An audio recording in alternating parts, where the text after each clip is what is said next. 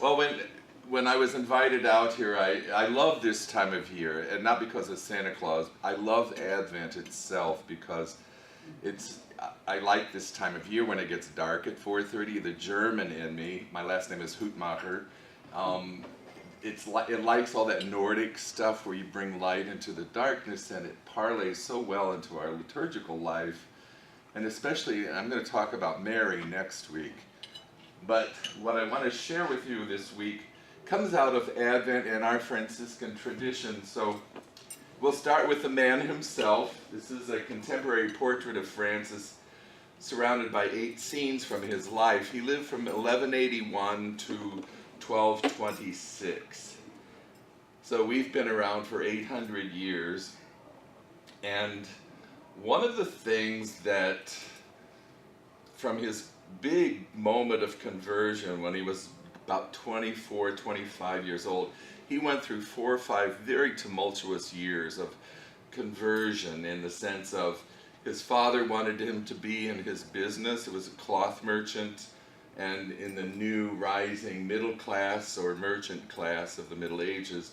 And Francis heard this call from God, and he was praying before a crucifix one day, and he heard Christ talking to him, "Go and repair my church, for it's falling apart."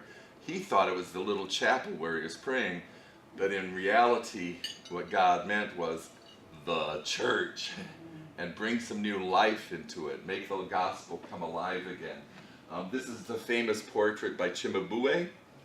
It's probably, they contend, was painted probably before he died in 1226, because you see the wounds of the stigmata on him. And it's pretty accurate. He was a very short little guy, but a powerhouse spiritually. So what I want to talk about is the thing that grabbed him at the very beginning of his religious life, so to speak, is the whole aspect of the humility of God. How can this God, who created everything that we are, everything that we have, possibly allow himself to become one with human beings? How does that happen? And so in the Franciscan school, we have this little phrase we call "from crib to cross." And it begins, of course, with the incarnation. That's why another reason I love Advent, because that Advent, these 4 weeks, are all about the incarnation of God coming to dwell among with us, and God identifying with us so powerfully and so well and completely that he became one of us. This is that lovely stained glass in Chartres, France. And then, of course, that humility of Christ, not only in being born human, but it went through his entire life, and especially the moment of crucifixion when he gave of himself completely. And this is Marc Chagall's White Crucifixion. You see it at the Art Institute, except now it's sort of on tour. They took it to see Pope Francis, so he could see it himself. But again, this is the humility of Christ, not only in being crucified, but you see him wrapped in a Jewish prayer shawl. So he is a Jew, and he's surrounded by what? The great event in the 30s in Germany called Kristallnacht, when Hitler finally made the first public move of destroying the Jewish race and all sorts of other religious people, anybody who was gay, anybody who was in any way disabled, just annihilating them and starting to build the perfect race.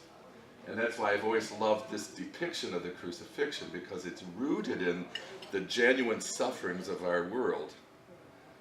A violent world in which Christ was born, when Israel and the Roman Empire were at odds with each other. The Zealot party was a bunch of rabble-rousers, not unlike ISIS nowadays. They were politically motivated to break away from the Roman Empire till Rome came in around 66, and for 4 years pummeled Jerusalem and finally destroyed the temple and everything in 70. And so that violent world is where God chose to become one with us. If that's not humility, I don't know what is.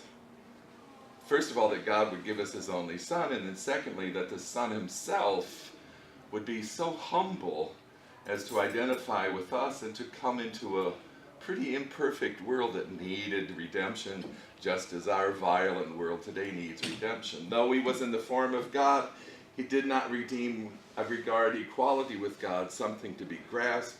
Rather, he emptied himself, taking the form of a slave, coming in human likeness, and found human in appearance. Here it is.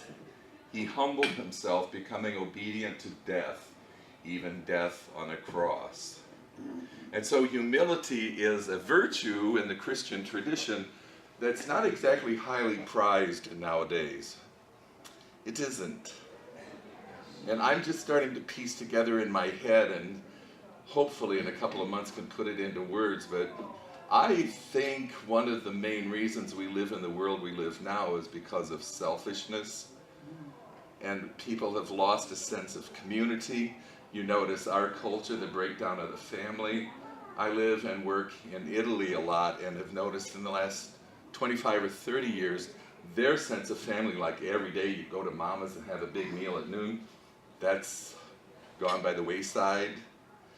So humility, for us who believe in Christ, is one of those virtues that is absolutely necessary if we're going to make any progress in our spiritual development.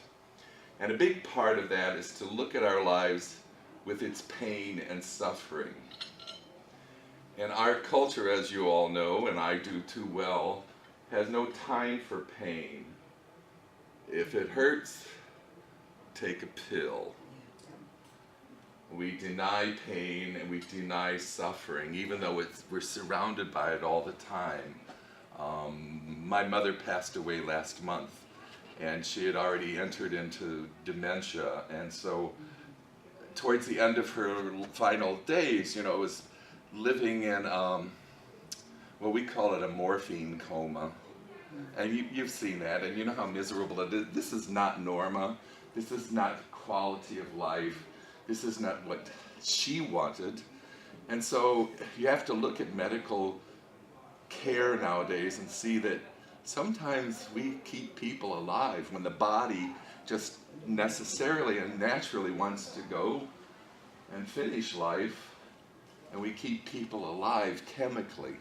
And I'm not so sure about that myself. I'm just not so sure if that's what God intends us to do. And so when we look at even death, and I guess I'm fresh from this 2 weeks ago, but when people comment, "Oh, she looks so good," and I know when you go into a wake, people don't know what else to say. They really don't. Others said, "My condolences, and I'm sorry for you, but she looks so good." Well, she's dead. She never looked like this with all that makeup on. So we even deny death sometimes. But when we do acknowledge suffering and pain as a part of life, we would then become a new creation, because we realize that pain and suffering, touch the very heart of God. Again, reflected in Jesus himself and his own willingness to give and give and give till he stretched out his arms on the cross. And that denial makes people become even more prominent, and makes rather pain and suffering become more prominent in God's creation. Because it's like this cyclone of denial that brings suffering even more to the forefront. For example, so I live in the middle of the loop. Every day last week, every day, traffic was disrupted. Friday evening, another friar and I were walking to our parking garage on Madison and Wells, and traffic at 7:30 was backed up all the way to State Street and beyond because of those protesters. And I felt like I was back in the 60s. Part of it was kind of, I like this. It's back in college. But then they were really rude to people, and one guy actually got out of his car to say something to them, and he got punched in the face. So what's going on there with all of this suffering? But I guess what I'm saying here is, in the city, and here I know, because I've been familiar with Oak Brook and Hinsdale since I was high school. The world we live in needs a lot of healing. The world we live in needs a lot of love, and it needs a lot of acknowledgement that this city is incredibly corrupt.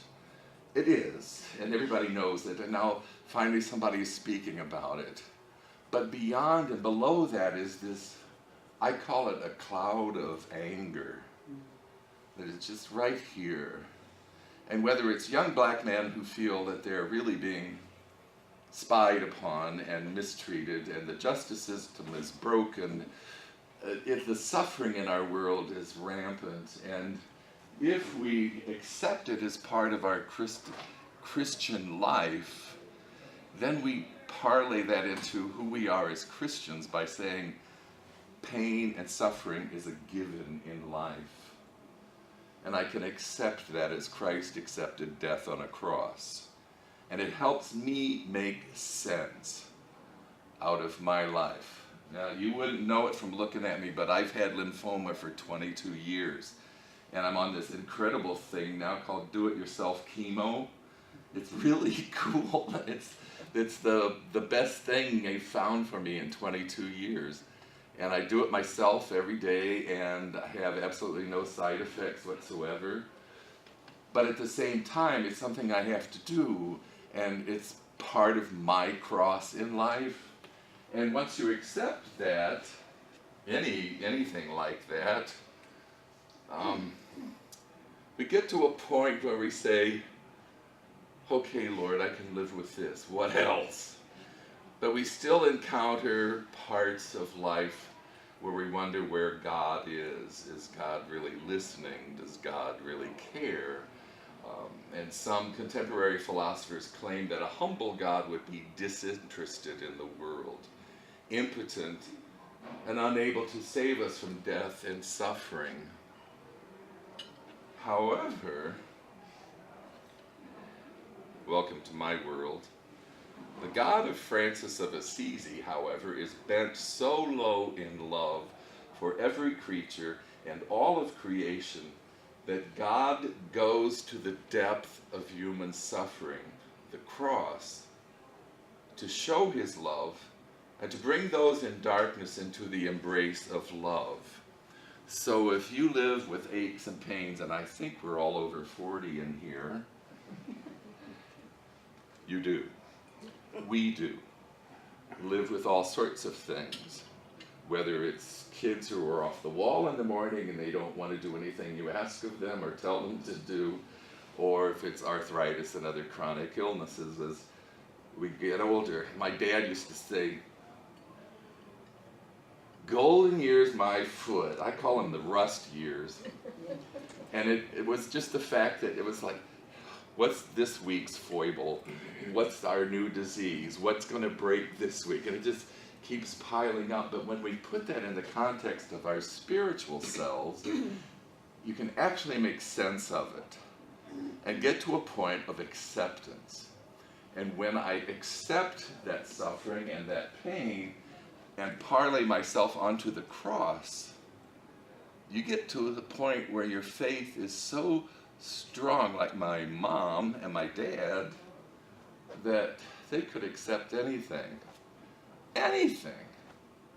You know, he died 4.5 years ago, and then she went into nursing care, had to have her hip replaced a couple years ago, and when she was in the hospital for that, she got cellulitis and lost her left leg about 5 months later, and lived and joked about her stumpy and all kinds of stuff, and then got, you know how that stuff builds up.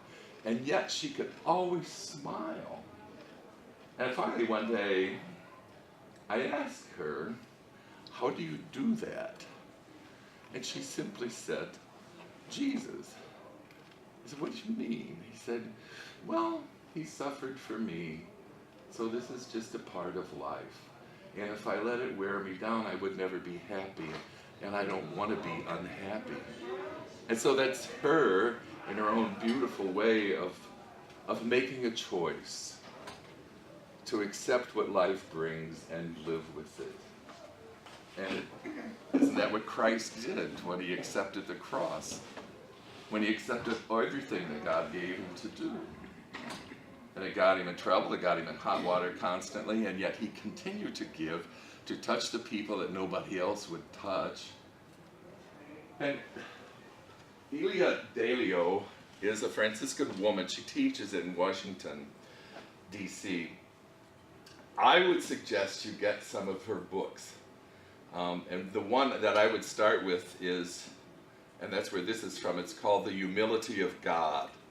And it's a itty-bitty book, maybe 150 pages, but it's stunning in the way she can pull out such rich meaning about suffering and the cross, and for us who proclaim Christ, how to live that. And to show, like she says, God goes to the depth of human love, suffering, to show his love and to bring those in darkness into the embrace of love.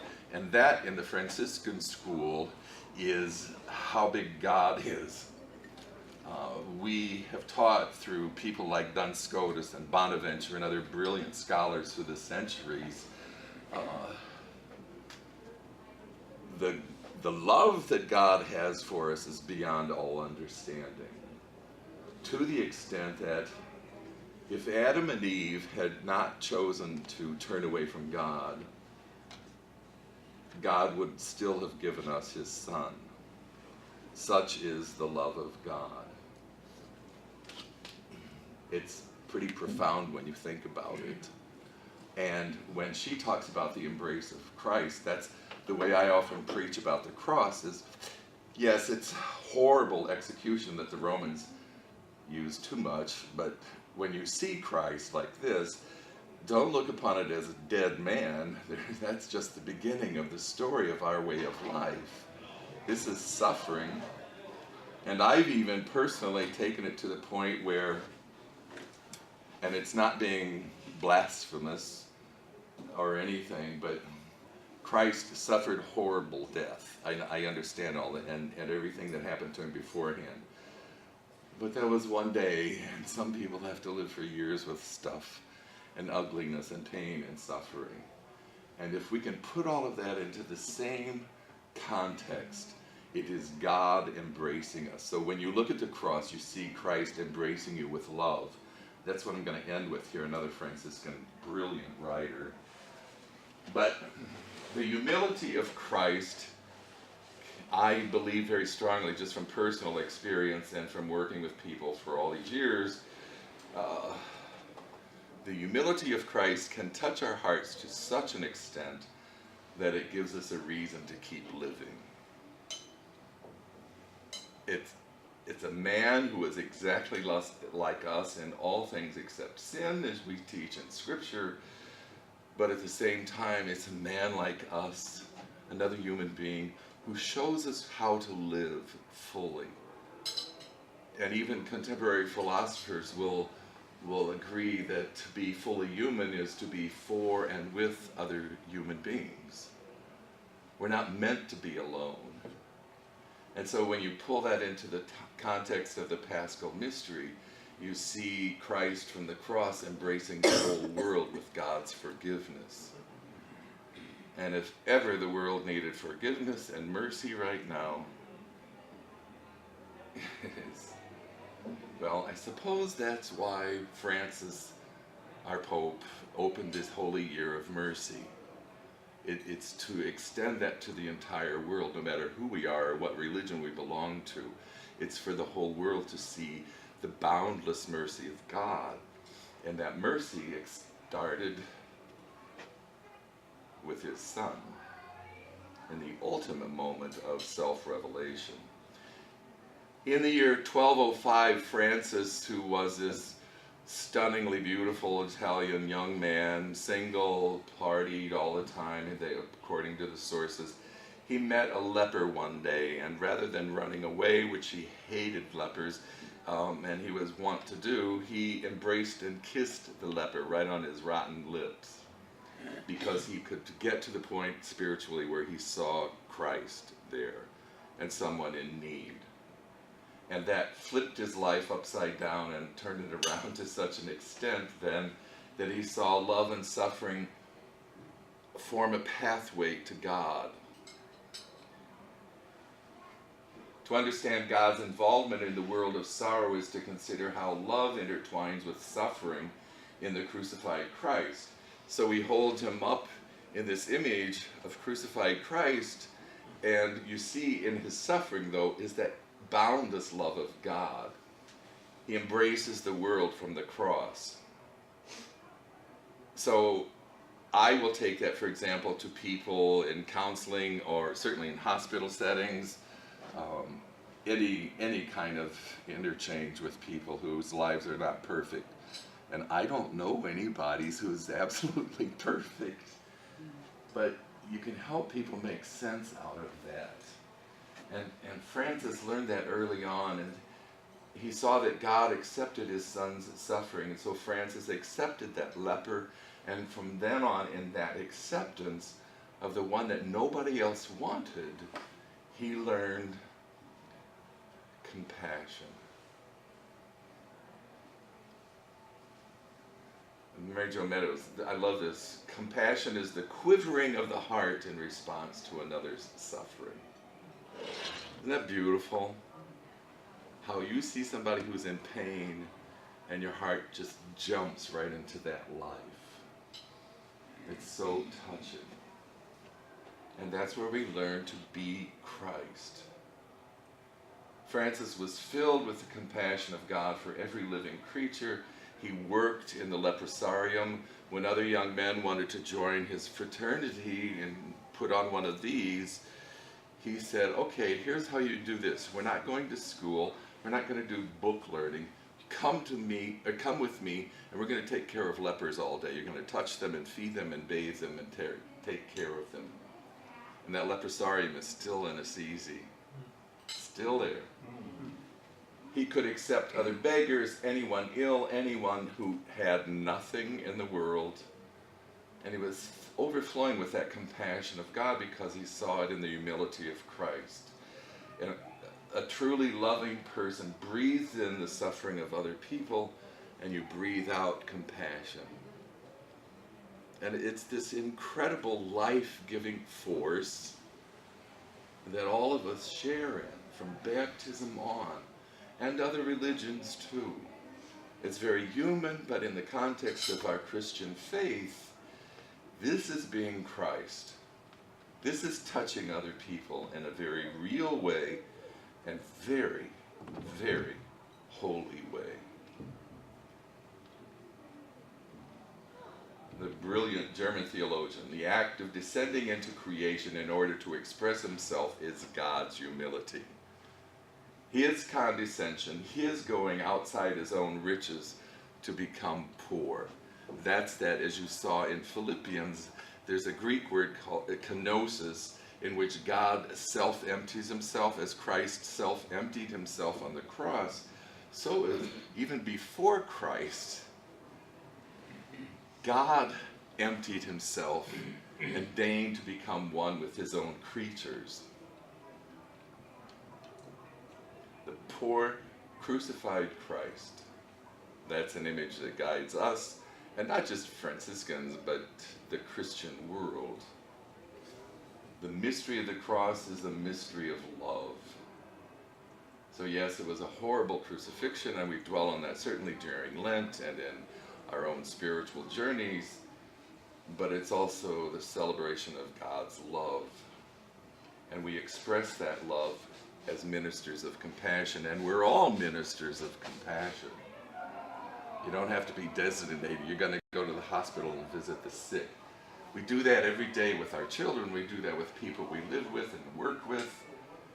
We bring that great compassion of God to other people.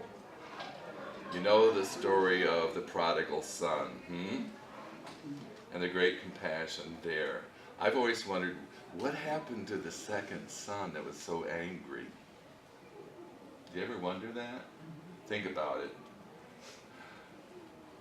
And this, I just put this in here because I love this photograph. It's from Hiroshima and the results of the atom bomb in Japan. This is a classic photograph from Life magazine years ago. The results of atom bomb, that only a mother could have this kind of compassion for her child.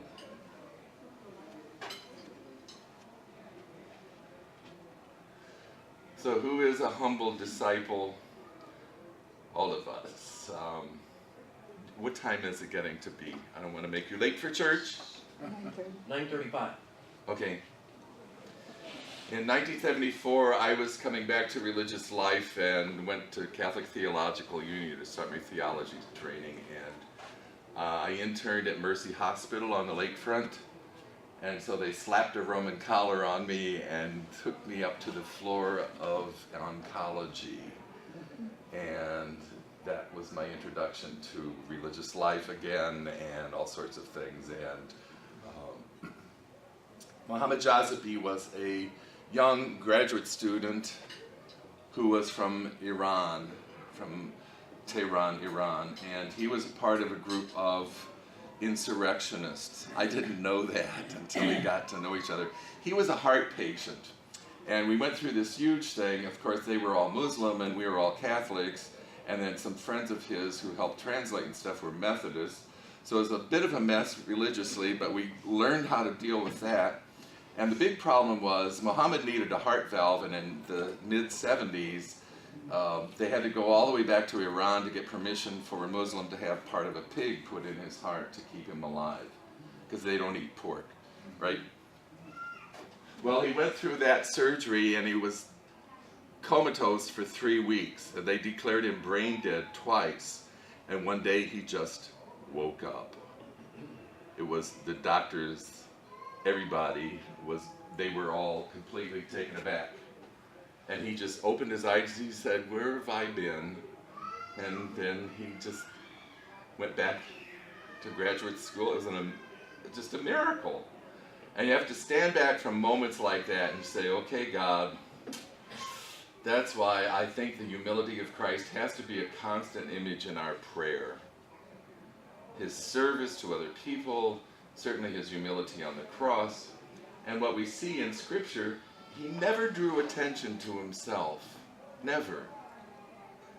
It was always like before his big ones, especially like raising Lazarus from the dead, remember he would go into prayer and say, God, I give you thanks and praise and all the glory for what you have given us and revealed to us. And then he would go about and do his healing or his raising from the dead and all those wonderful things. He simply did what God asked of him. And he loved everyone equally, even when being stern or direct with the religious leaders of his day. And I'm going to leave you with this. This is one of my most favorite quotes from St. Bonaventure. Bonaventure was a 13th century Franciscan also.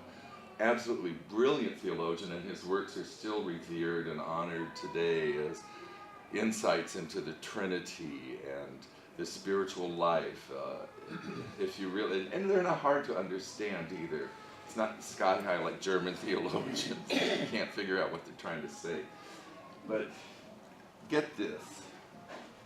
And this is how Bonaventure, he could do the sky high theology, but then he would bring it down into what I call the pews, where us real people live, and teach us all of this talk about the humility of Christ. I should print this up for you and send it, or I could maybe email it to Bob or to Chris.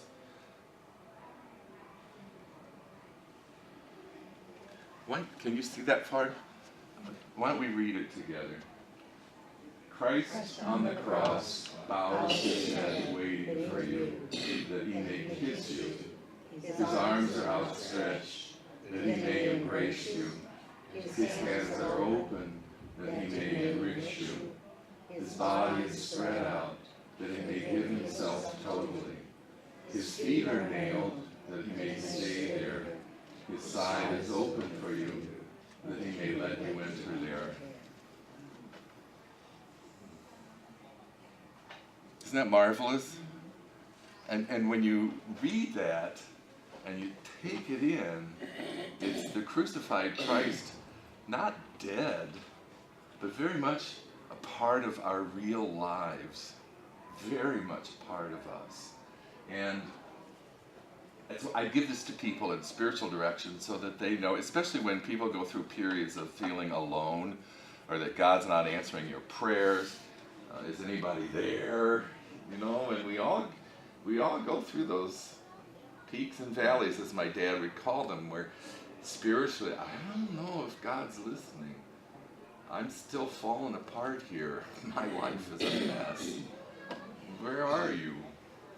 But when you pray something like this, then you can see the love of God and how that comes to us in the person of Christ, and especially from the cross. So it's that humility of Jesus on the cross. Even in death, he feeds us. It's like, I guess because I'm so close to it, I'd like to talk about it. When Mom died, and I'm the middle of 5, and they're all very fertile Catholics, so we have a big family. And yet, when you read something like this, even death itself doesn't finish us off.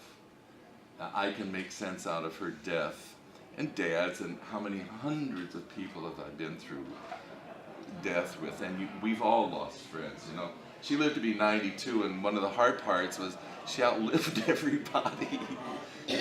And it was painful for her, but at the same time, if she, in her last days, when I asked her, how do you bear all of this? And she just simply said, Jesus, this is what she means, where he looks upon us spiritually from the cross, and he kisses us, he embraces us, and that's why that image of his arms wide open are so, so important for us, to know that it's not death. There's much more beyond that in our way of life, and even before death, we can touch God, and all because of the humility of Christ. Can I ask a question? You? When he was hanging on the cross, one of the things that stands out in my mind that he said, my God, why hast thou forsaken me? Did he have doubts at times when he was... I believe so. It was like us in all things with sin. And so a lot of biblical scholars, yes, believe that just like all of us, you know, how did he put up with that horrible treatment that he was, like the scourging and carrying the cross? And if you've been to Jerusalem, how did anybody bear with that? And the Romans did that to how many thousands of people, women too. It was excruciating, but the agony in the garden. Father, can you take this away from me? I'm not sure I can do this. And don't we all have those little moments of doubt? I don't know if I can do this. And then at the same time, and I love this because it's what I call religious schizophrenia. Here's Jesus on the cross and all this horrible suffering. He said, why have you left me alone? Screaming in agony. And then a few minutes later, he is at peace with God and himself, and forgive them. They don't know what they're doing. Last words, forgive them. So, yes, to both. He doubted, but he was so firm in his belief that Father was there with him.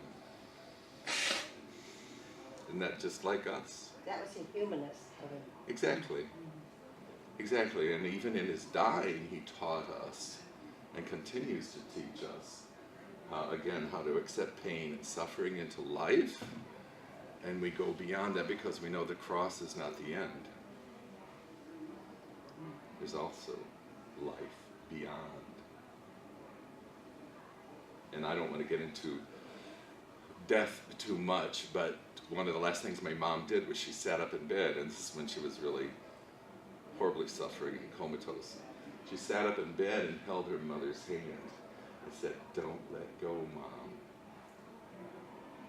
You explain that one, other than some incredible moment that we got to witness of that moment of our life changing radically and going someplace else. Does that answer your question? Yes, thank you. You're welcome. Thank you Okay. very much. Yes, sir. First of all, let me just say thank you for coming. I joined a little late, but I personally can't wait for heaven. I think it's going to be a wonderful Me experience. too. Yeah, I'm a harpist, so I get to play and no strings will ever break.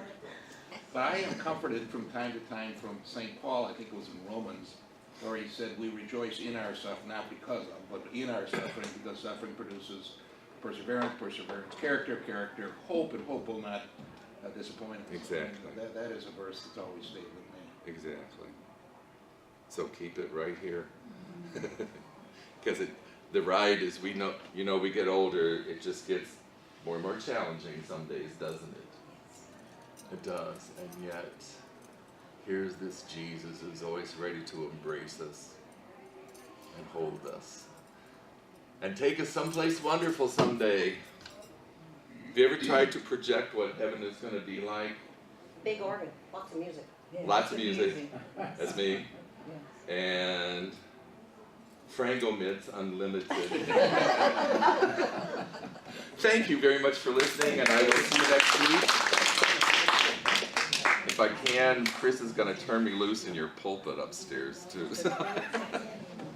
Anyway, thanks. Have a great Sunday. Thank you.